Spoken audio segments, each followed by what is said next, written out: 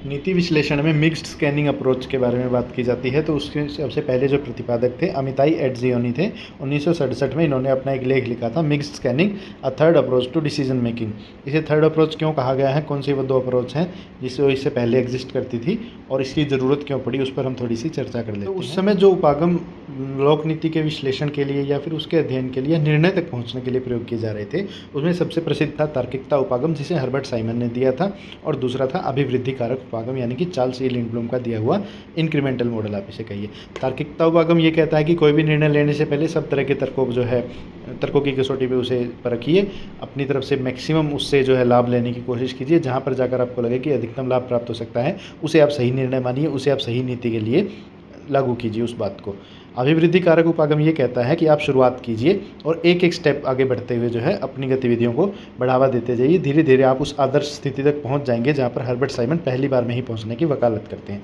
ये मोटा मोटा इनका निष्कर्ष मैं बता रहा हूँ आपको। डिटेल में ये उपागम जो है पढ़ने को आपको अलग से मिलेंगे। तार्किकता उपागम पर हर्बर्ट साइमन पर बात पहले की जा चुकी है चैनल पर, उसका लिंक आपको नीचे यहाँ मिल जाएगा स्क्रीन पर। अभिवृद्धि कारक उपागम पर अभी वीडियो नहीं आया है। हाँ, तो बात थी एड्जियोनी की। अमिताई एड्जियोनी ने क्या कहा, उन्होंने सोचा कि ये दोनों ही एक्सट्रीम मॉडल्स हैं निर्णय निर्माण के लिए, नीति विश्लेषण के लिए। कुछ ऐसा होना चाहिए जो कि व्यवहारिक हो और जो दोनों ही इन उपागमों की अच्छी बातों को जोड़कर एक तीसरी चीज़ हमारे सामने रख सके। यानी कि ज़रूरी नहीं है कि हर जगह आप अभिवृद्धि कारक उपागम का प्रयोग कर सकें या हर जगह आप तार्किकताओं का प्रयोग कर सकें।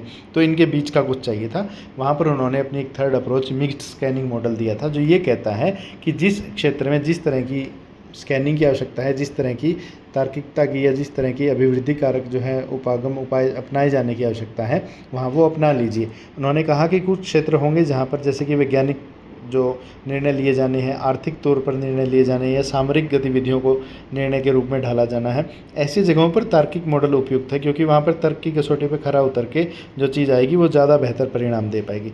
जबकि सामाजिक क्षेत्र में क्या होता है, सामाजिक क्षेत्र में आप तर्क नहीं लगा सकते, वहाँ हर एक चीज़ के अलग अलग पहलू होते हैं और कोई भी एक चीज़ सभी क्षेत्रों के लिए आप कह सकते हैं कि सर्वश्रेष्ठ भी नहीं होती है और निकृष्ट भी नहीं होती है। तो वहाँ पर हर एक चीज़ को देखने का पर्सपेक्टिव अलग होता है। ऐसी जगहों पर आप अभिवृद्धि कारक मॉडल से शुरुआत कीजिए और धीरे धीरे जो है अपनी गतिविधियों को बढ़ावा दीजिए और अंतिम लक्ष्य तक पहुँच जाइए। तो इन दोनों उपागमों को मिलाकर देखने और उनसे एक अपने लिए आप कह लीजिए कि ऑप्टिमम मॉडल सामने लाना, इस चीज़ के बारे में जो है अमिताई एड्जियोनी ने अपने उस लेख में लिखा था, जिसे कहा जाता है mixed scanning a third approach to decision making.